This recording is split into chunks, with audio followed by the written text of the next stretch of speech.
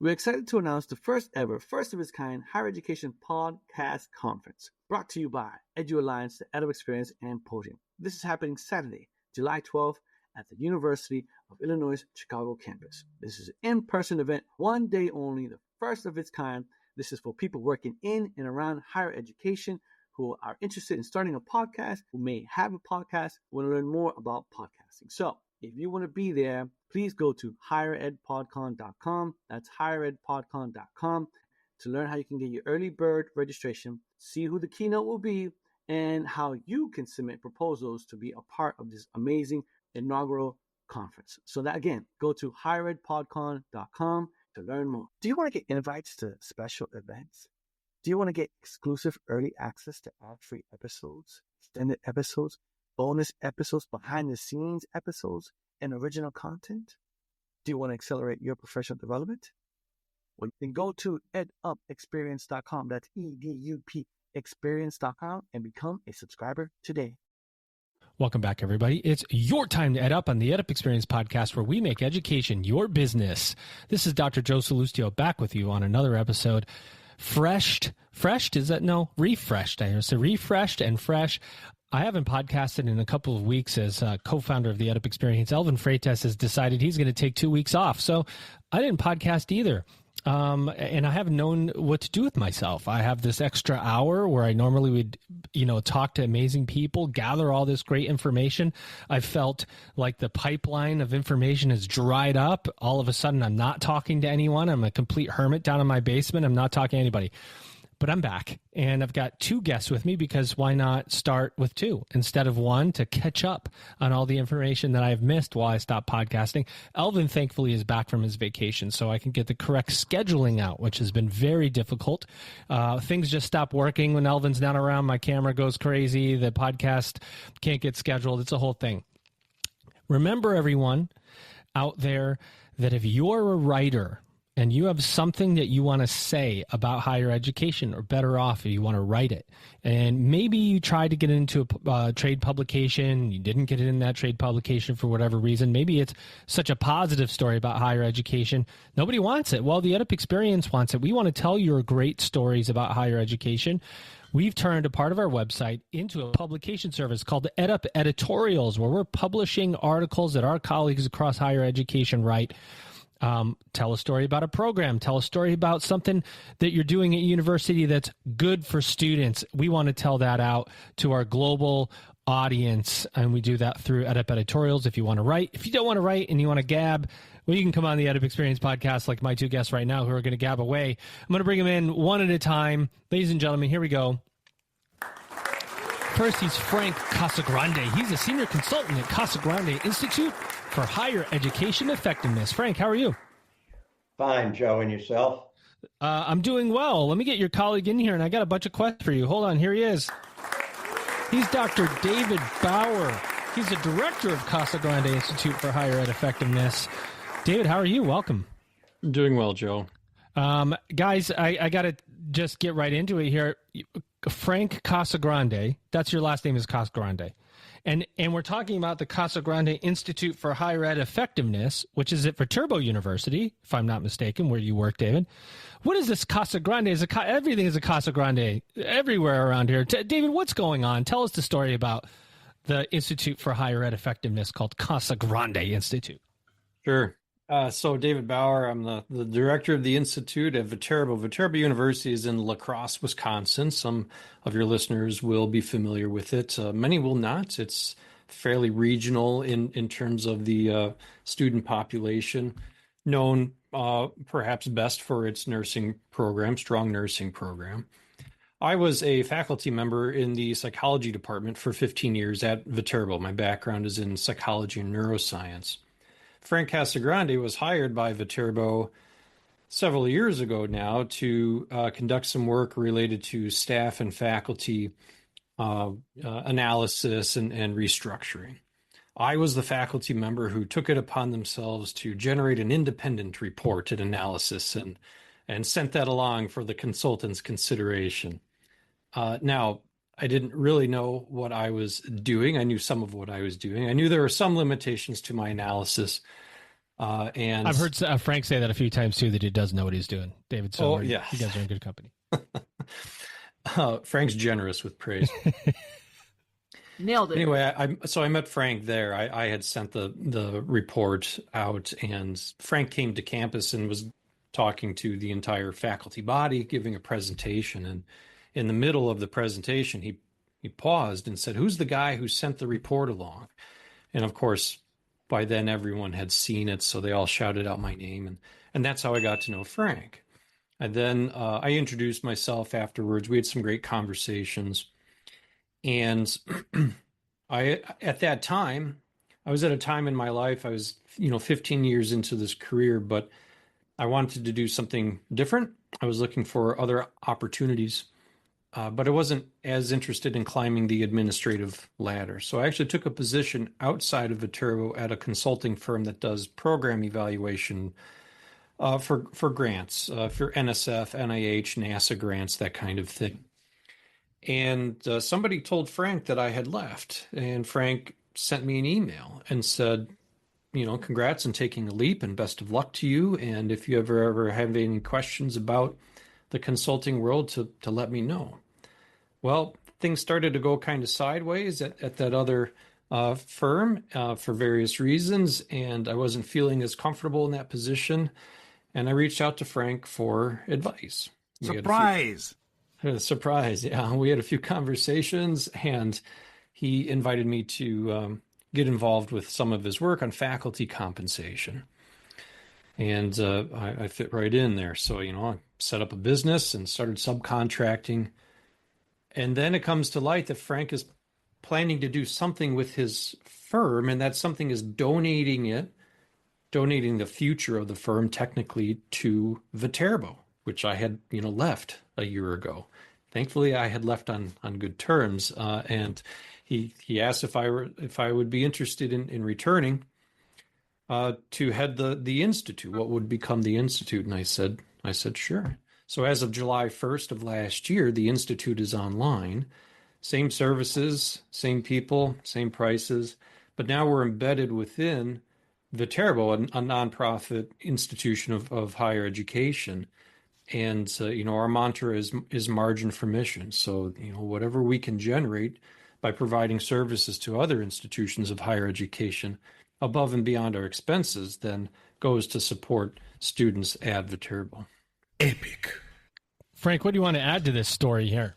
And please highlight the fact that you built this consulting service over however many years and then decided to donate it. Sure. So the best explanation of all of this, Joe, goes under the Yiddish expression, der Mensch tragt und God lacht. Man plans and God laughs. So I've always bended to the big guy's will, and it's always helped me in life. But as I was envisioning the future of the firm and entertained conversations with folks about buying it, all of them wanted three things that were all deal breakers. Number one is they wanted me back on their squirrel wheel. And I've worked for some big companies and I enjoyed the development they put into me. But when you're your own boss for 15 years, you don't take direction well. So I knew that wasn't going to end well. The second thing that they wanted to do was to significantly increase my billing rate. And as a result of that, we wouldn't have been able to serve the institutions who the firm that I started 15 years ago was designed to service. And that is some of the less well-resourced institutions. And so I wanted to make sure that the mission of the institution survived. So a couple of thoughts started coming through my mind. Annually, I take this retreat into the woods towards where my final resting spot is, and I think about what I would do next. And the idea came that it's time to start thinking about succession planning, but doing nothing wouldn't be good for my 48-year relationship with my wife. She wants me doing something outside of the house. So this is a good mix of things. In terms of the timing and the people and why Viterbo and why a donation, a couple of things, Joe. Number one is I'm a first-generation American, first-generation college grad. My dad came here in 1939 when my grandfather pulled him and my father, my uncle, my grandmother out of Italy when Hitler invaded Poland. And he was valedictorian of his high school class, but there was no money for college. So I wanted to make sure that somehow in my legacy, I provided for those that didn't have. The other thing is I met my wife as a freshman in 1976 at a college, and she was on full scholarship. And I wanted to pay that back. So our margin for mission is very personal. For me, it's to provide for others that never had access to education, and it's to provide for those that others have provided for in the past. Why Viterbo? Viterbo serves students like my father, myself, many first generation Americans, many first generation college grads, and they do it with a Franciscan heart, which is important to me. Their president, Rick Tritley, is a veteran of the Army. That is another important formation piece for me. My godfather, who raised me after my dad passed, was a POW, World War II. Uncle Phil was near and dear to my heart. Their chief academic officer, Tanya Wagner, is quite the powerhouse in that she doesn't just have a background in academia, she also ran businesses. And I knew that if I put this within an institution that couldn't preserve its entrepreneurial DNA, it would kill it. And the last thing is the gentleman on the phone with us. David came into the picture at a time when it was just the right time. There's a couple other models like this in the country, very few and far between though. One is the Bear Institute at Robert Morris University in Pittsburgh, and they actually provide consulting services to not-for-profits in the southwest quadrant of PA. So they're about $1 million boutique consulting firm. So I knew it could be done because I saw a model for it on a smaller scale. And I also saw a model on it on a big scale, and that I worked with Duke Corporate Education. And Duke Corporate Education takes the DNA of many business-like consultants and professors and applies it to all of the sectors, not just not-for-profits. So, was it planned exactly? No. Did it happen? Yes. So I guess things happen, right? Amazing. So a couple things, Frank, in that story. You did mention your final resting place, which is very future looking because you're a young man. And you said the guy on the phone with us. So you're really aging yourself here because we are not on the phone. We are on a podcast on Zoom. So just calling you out there for, to make sure we get it right. I David got on my case the other day when I mentioned my Rolodex, and he said nobody actually has a Rolodex anymore. Yeah. So I'm closer than he is to the end. So I figure, and you too. So I figure I got guys got to give me a little slack here. Stop walking to that final resting place. We got more time, Frank. So let me just break this down for the audience here. So, Frank, you have for 40, almost 50 years, you have a consulting service where you provided, or still provide, but the relationship has changed. Consulting services to college and universities, boards, searches, compensation plans and services. What did you cover in all of this time that you've been doing it? What are the services that were most specific? Sure. So 25 years ago, when I started working with institutions of higher education, I was really a benefits consultant. And in that moment, when there were some changes in the IRS rules, I started leaning towards executive compensation. So my forte prior to launching Casagrande Consulting, when I was at a global HR consulting firm, was an exec comp for not-for-profits, primarily higher ed and healthcare. Then I got into faculty compensation. And when I was then in 08, 09, when the recession hit, the company I was working for shut the higher ed division. And they treated me very well in transition, well when I was there. But on day one, I got my first 2 clients because I was no longer at a very high price point and came at a right time and jumped into faculty compensation as well. So the primary work that we do is board and president alignment. We have a former president who does that, make sure that they're in sync on a regular basis.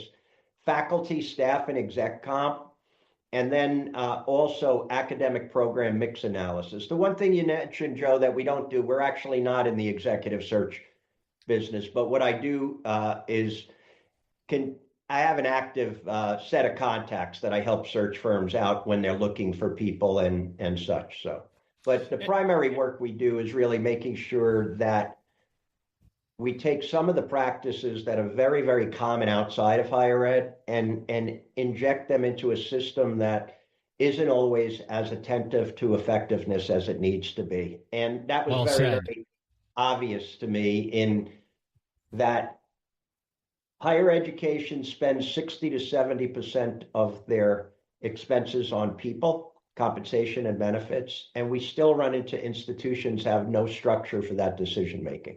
It's insane, right? I mean, you think about how crazy that is this day and age too, with everything that we have to deal with, HRIS systems and payrolls and benefits and all of these things. And David, and so then Frank comes and he says, look, Viterbo is the best institution to sort of absorb this Institute for Effectiveness and leverage it, right? I mean, so a lot of times when individuals make donations like this, whether it's monetary or they want to create a center, and we've even seen it at the institutional level where an institution kind of merges with another, and all of a sudden for a couple of years it's there and then it kind of goes away. The monster eats it. And your job, I'm guessing in all this, is to help it scale, to manage to make sure that it persists beyond the years that when the higher ed bureaucracy tries to envelop things, because it does envelop things. And David, you've got to keep it sort of separate in generating revenue, right? Yeah, that's correct. It's functionally more or less an independent entity within Viterbo, and it was set up intentionally with that in mind, so that it could function more autonomously. And the objective is to grow it as sort of as you would grow any other sort of typical business. And our objective right now is to grow this into a $1 million consultancy within about 5 years. So if we can generate $1 million in revenue through the services that we provide, that will give us a healthy margin that can support educational opportunities for students at Viterbo. Do you think there's a legitimacy, for David, that comes with, for a higher ed institution hiring a consulting firm that's a part of another higher ed institution? Like, you have this higher level understanding of how everything works already. I don't have to train you up on how our business model might work. It saves me time. It saves me money. And I'm going to get effectiveness on the other end, which I might get somewhere else, but it's more time and more money to get somebody sort of up to speed. Is that such a huge part of the value proposition? I do think it's an important part of the value proposition. I mean, Frank has an established brand within higher education. You know, he's been working pretty much exclusively within sort of the CIC world of higher education institutions for the past 15 years and is well known there. And the fact that I'm very familiar with these types of institutions as well certainly helps me relate to presidents and chief academic officers and faculty across these institutions. I think if you look at some of the other consultancies and we have friends at some of these other places as well, they tend to have backgrounds, not in all cases, but they tend to have backgrounds that are not within higher education. As a faculty member at Viterbo as well, we had experiences where consultants had been hired previously. And this is why when Frank was hired, I wasn't really thinking anything of it, right? Because this had been done before from the faculty perspective. We had seen consultants be hired. Nothing really ever came out of it. Yikes! And so, yeah, exactly. And so, the loop wasn't closed, to use some of our parlance. And so I wasn't really worried about, what Frank was going to add to.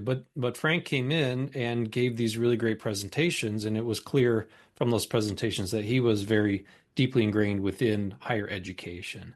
And so that's so important in this cred. world. It's cred. You have to have some higher ed cred. I mean, you do. Yeah, And we have a very nuanced and specific industry. And the business model is very unique. And if you don't understand accreditation, you don't understand faculty contracts, and you don't understand, councils and committees and all these different bits and pieces, and it's hard to navigate the model, Frank. That's a great point, Joe. Stepping back to my prior employer, one of the things that I did when I first started there and began to have an interest in building a higher ed practice is I went back to our client list and actually reached out to the consultants who had worked with colleges and universities before I arrived there, and asked them if they were interested in doing more work in the sector. And I'll be honest with you, 80-90% of them said no. And I said, why? And they said, well, it takes too long to get things done. And I said, well, you underestimated the process necessary for success. I said, it took long based on your timeline, not on theirs. And so just that one element that, consultants often bring a lack of understanding of the culture in which decision-making has to get made and the amount of stakeholder buy-in. The other end of the spectrum, though, is as dysfunctional. You could have death by committees. And so one of the things that we're very intentional about is not just making sure that we're listening to all the stakeholder voices, but make sure that we're not getting stuck and we're moving them along towards a solution. So you are also correct, Joe, in that we do have some credibility because we're an institute. Actually, we recently just closed on an engagement, and that was the one thing that they said that gave us edge among our competitors was the fact that they knew we understood the environment they were operating in because we were in the environment they were operating in. And so try to explain Title IV to somebody who doesn't come from higher ed, and it's just like, or how teaching and learning works and grades and credit flow. I mean, there's so many parts. Not that there isn't in any other business, but you can't just walk into any business and think that you know how it runs. There's always going to be nuance, David, and that nuance, especially, and this is no offense to anyone, but especially understanding where faculty are coming from, because they are often not engaged in the right way or in the way that they expect, and that creates barriers. Higher Ed PodCon is coming. Go to higheredpodcon.com. That's higheredpodcon.com to learn more. Do you want to get exclusive early access to ad-free episodes, extended episodes, bonus episodes, original content, invites to special events, and more? Do you want to accelerate your professional development? Do you want to get all this while helping to sustain EdUp? Then go to edupexperience.com. That's EDUP experience.com and become a subscriber today. Yeah, so I'll add a couple of things. One is shared governance, right? So coming from an outside perspective and trying to wrap your mind around what shared governance is within an institution of higher education, I would think would be a challenge. And saying it mildly. Yeah. Well, sometimes it's a feature and sometimes it's a bug. But typically it's meant to be a feature, but that can slow things down substantially. Faculty want to be involved in the major decisions that are made by an institution, and in so much as they have the right to do that in a shared governance environment, that's a good thing. But if you've read Brian Rosenberg's book, whatever it is, I'm against it. My favorite chapter in the book was the shared governance chapter, and he gave some great illustrations of how things can slow down significantly. What I'll say is that in my experience, faculty generally lack the broader context that someone like you or Frank or now I have across the sector of higher education. You don't know what you don't know in terms of how are other institutions operating. And in our work related to compensation in particular, right, your perception of the fairness of your compensation is dependent upon with whom you're comparing yourself. So the example of Viterbo University, Viterbo is in La Crosse, Wisconsin. Well, literally a mile down the road is the University of Wisconsin La Crosse, which is a public institution. And so we can look up the salaries of faculty in our disciplines at that institution and recognize very quickly that compared to them, faculty at Viterbo, by and large, not in every case, but by and large, are compensated at a lower level. That feels unfair, but you have to take into consideration that the funding streams for these types of institutions are very different. And it's like Ghostbusters. You can't cross the streams. Bad things might happen. So when you're looking for a comparison group, a benchmark group of institutions, you have to take that into consideration. And that's just one of those things that, and I didn't think about that when I generated my initial analysis and report and sent that along. So you have to take those types of things into consideration and recognize that not all institutions are the same, and you have to consider which types of variables are important for inclusion if you're generating a list of benchmark institutions. As a psychologist, this is sort of my favorite part of the process, because on its face, it seems really sort of straightforward. You might say, okay, well, this is a financial decision. We have access to financial variables, any number of them in iPads or other sources of data. We can set up some filters and derive a list of institutions that are similar to you in these regards. And let's just use that. Well, you give that list to the faculty. Are you kidding me? Exactly. You look at one and say, wait, why isn't such and such an institution on this list? Or wait, why is that one? That's not our competitor set. We need to know what our competitor set is not right. I know. Yep. I know how it works. So there's, a lot of what we do with these engagements is education, discussion, helping faculty and administrators understand where we're coming from and how to generate a group of benchmark institutions that is appropriate for a compensation analysis, which is different from a group of institutions for other types of peer comparisons. And that's no different, Joe, for exec comp than it is for faculty comp. Bringing the board along to a stakeholder-owned set of benchmarks is not an easy task to do. And it often requires that we ask the stakeholders to come to some shared understanding. So the places where we are most successful in being able to defend compensation decisions is when the same benchmark group is used for the faculty, the staff, and the executives. If the board starts to look only at aspirational institutions for their president, it's not going to be long before the faculty can figure that out and find on the 990 how much the president's compensation is different than theirs, which is going to be the case anyway. But it's interesting how some of these same processes work towards moving towards perceptions of fairness. And fairness has to balance the resources of the institution with what a livable and just wage is, what's internally equitable and what's externally competitive. There's never just one lens to look at this through, but discerning and having it be institutionally owned. The worst thing that could happen to us at the end of a project is that the answer is called the Casagrande answer. That's the worst thing that could happen to us, because it means that we have failed to engage others in owning the answer. And I think that's where a lot of consultants aren't as good a fit for higher ed as we are, because we really, at times it seems hard, but we really do take our time to make sure that's happening. Now, Frank, you and I have known each other for a bunch of years. We met through LinkedIn, talked. I called you for advice a couple times, and often you would tell me something. I'd call you and say, Frank, I got a plan. I have a plan. And you'd say something like this: I like your plan, except it sucks, so let me do the plan, and that way it might be really good. And I've always known you as somebody that kind of just says it like it needs to be heard, not necessarily saying it like the other person wants to hear it.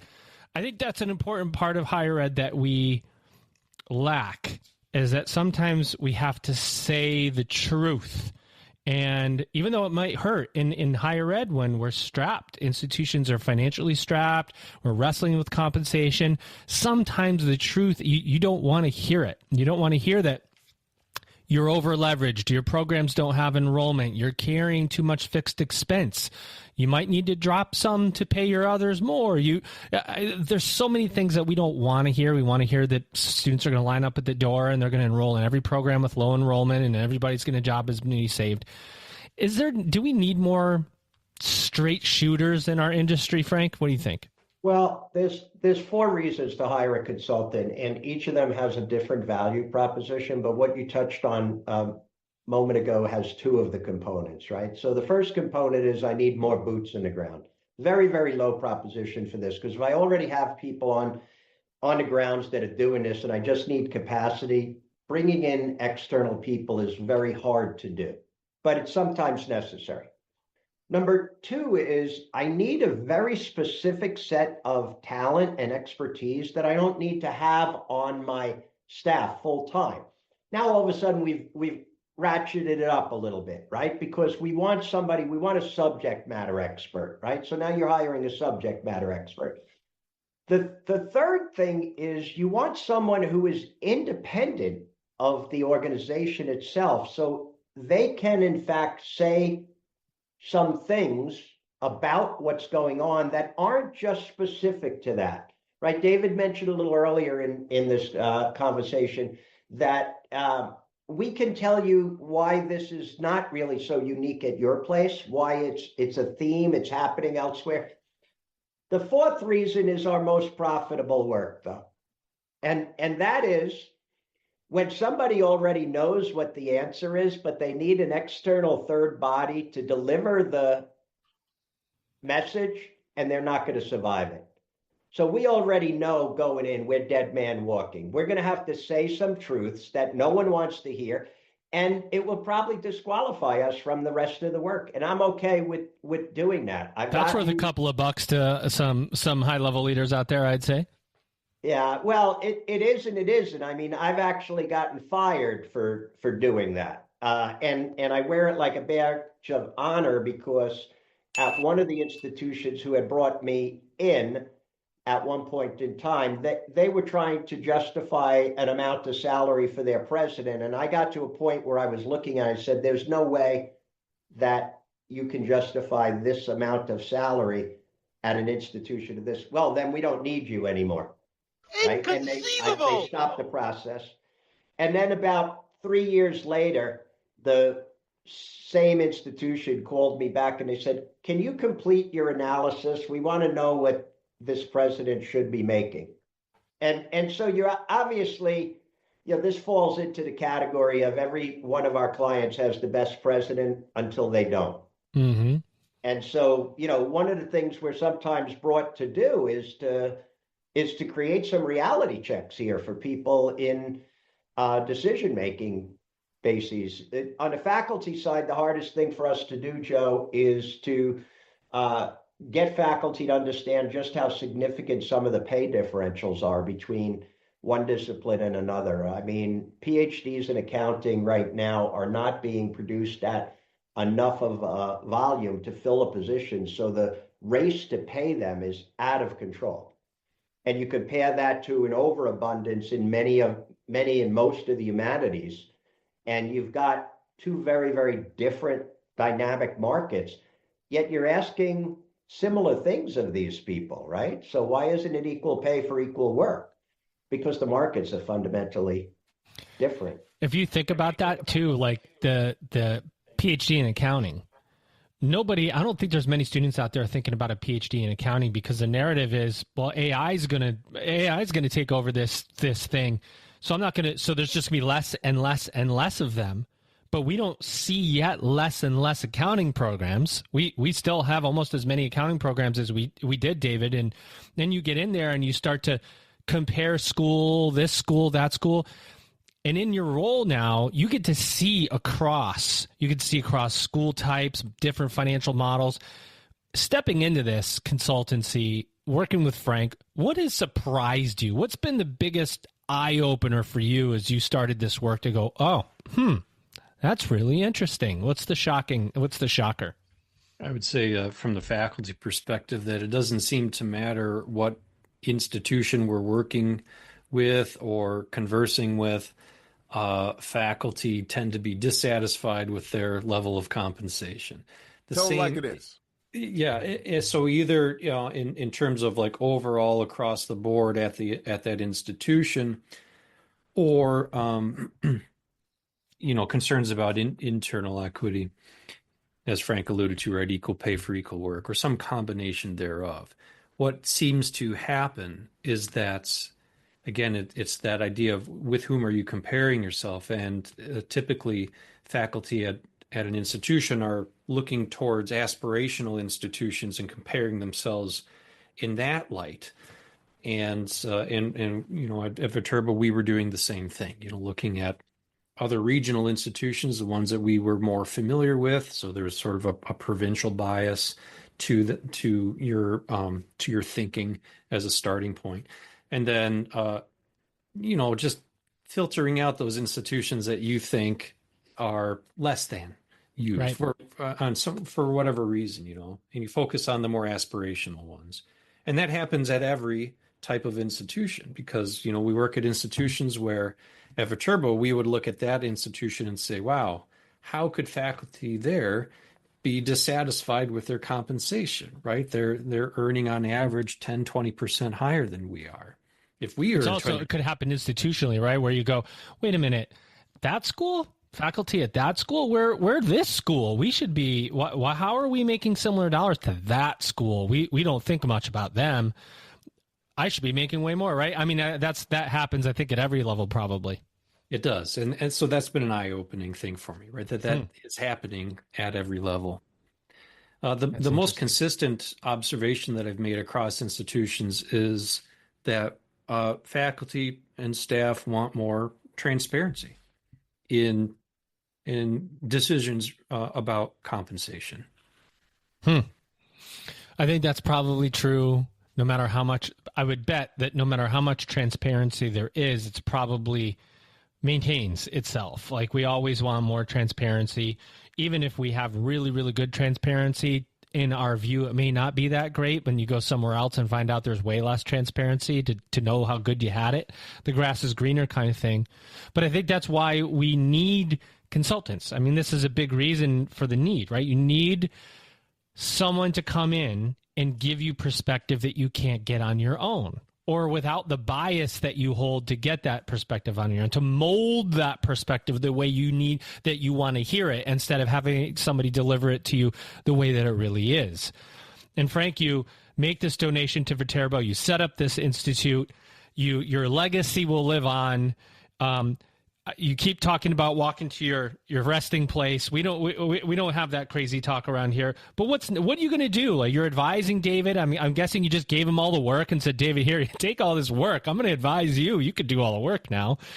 Where do you guys want to take this? $1 million consultancy? What does this look like? What's the vision? Yeah.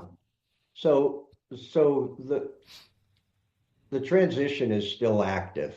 The reality here is that while David will be the director of the Institute, be responsible for overall operations, I'm still going to remain in the game, specifically on executive compensation, because in addition to all the other things David has ability to do that I can't, and he hasn't talked about adding other services, so we're already exploring those. I'll remain active on the exec comp. That gives us a foot in the board room. And once you've got your foot in the door at the boardroom, it's easier to be listening for the other things. But I'm not a golfer. I tried, and it's not good for my mental health. Surprise!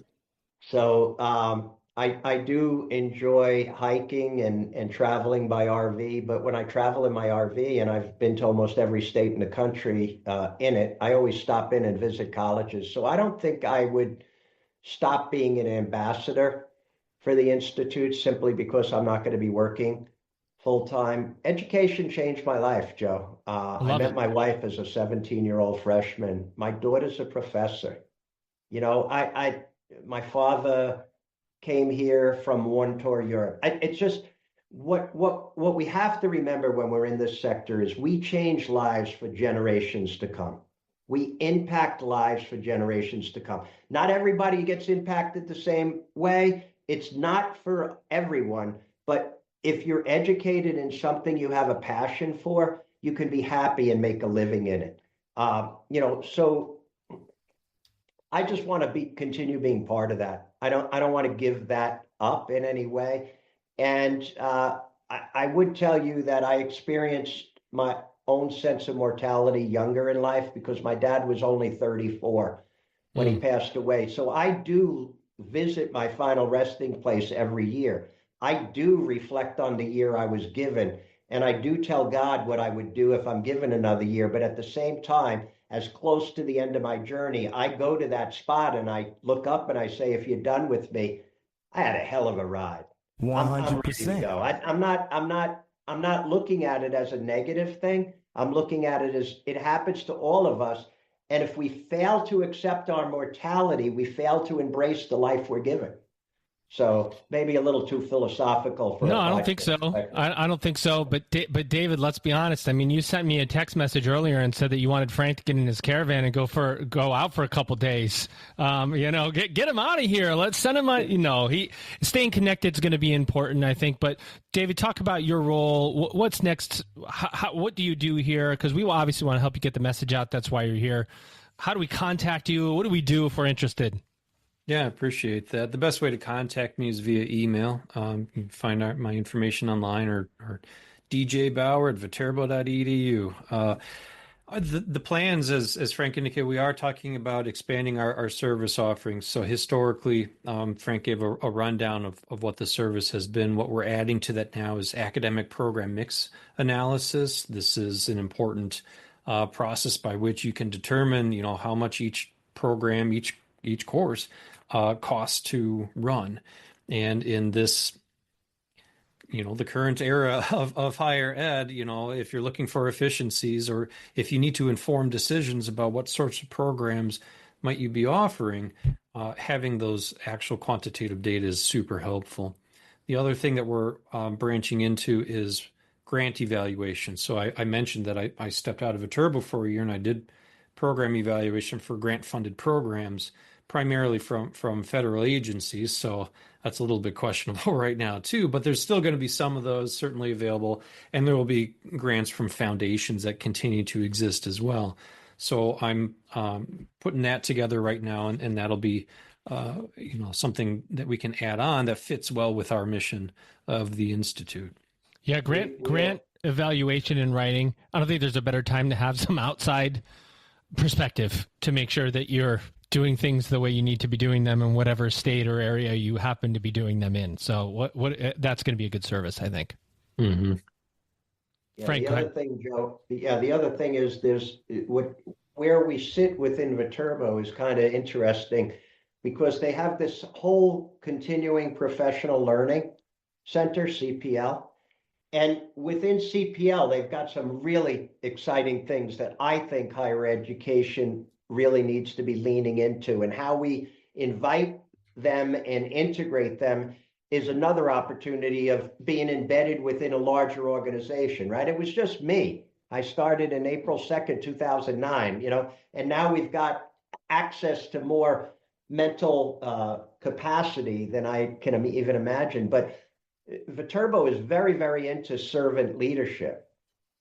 Well, there's very few higher education leaders who aren't servant leaders, but they haven't been formed in that way. Mm-hmm. They've been formed within whichever silo. They've been formed as advancement people. They've been formed as enrollment people. They've been formed as student services. They've been formed, but once they get to that top job, they're a servant leader. They're no longer head of enrollment. They're no longer. So getting them to be formed as servant leaders in higher ed, I think is really, really impactful, not just for the sector, but for the country. Where we have failed is we have some very, very intelligent people in the world right now without strong moral and ethical compasses.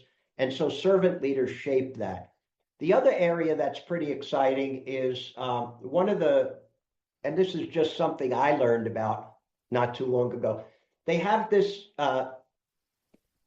service offering called compression planning. And what it is, it's a very, very accelerated strategic planning process. And I can't imagine a sector that needs it more than higher education right now. I mean, we take years to develop these strategic plans that stay in place for years, and they're not very dynamic. Dusty. And they don't turn as quickly as they do. But this process, again, was it designed to be applied to higher ed? No. That's why I think it's beneficial, because all too many times, if you read 10 strategic plans, they look like they were cut on the same PowerPoint template a lot of times. Yep. So we need to have the folks thinking differently and behaving differently at a leadership level, at a strategic level, at a compensation level. Casagrande wasn't developed to do more of what was already being done. It was developed to do things differently and more effectively than they were being done. Let's go. Well, there you have it, everybody. We did some scheduling gymnastics to make this episode happen for you, particularly on my side. And my two guests today who went through those gymnastics with me, I appreciate it very much. I think your message is really important to the industry. I'm really happy we had a chance to get together. Ladies and gentlemen, here they are. He's Dr. David Bauer and Frank Casagrande of the Casagrande Institute for Higher Ed Effectiveness at Viterbo University. Ladies and gentlemen, you've just upped. Did you buy your tickets yet? Higher Education's first podcast conference is coming July 12th. Go to higheredpodcon.com, higheredpodcon.com. Get your tickets. Do you want to accelerate your professional development? Do you want to get exclusive early access to ad-free episodes, extended episodes, bonus episodes, original content? That's right, original content, invites to special events, and more? Do you want to get all this while helping to sustain EdUp? Then go to edupexperience.com. That's EDUP experience.com and subscribe today.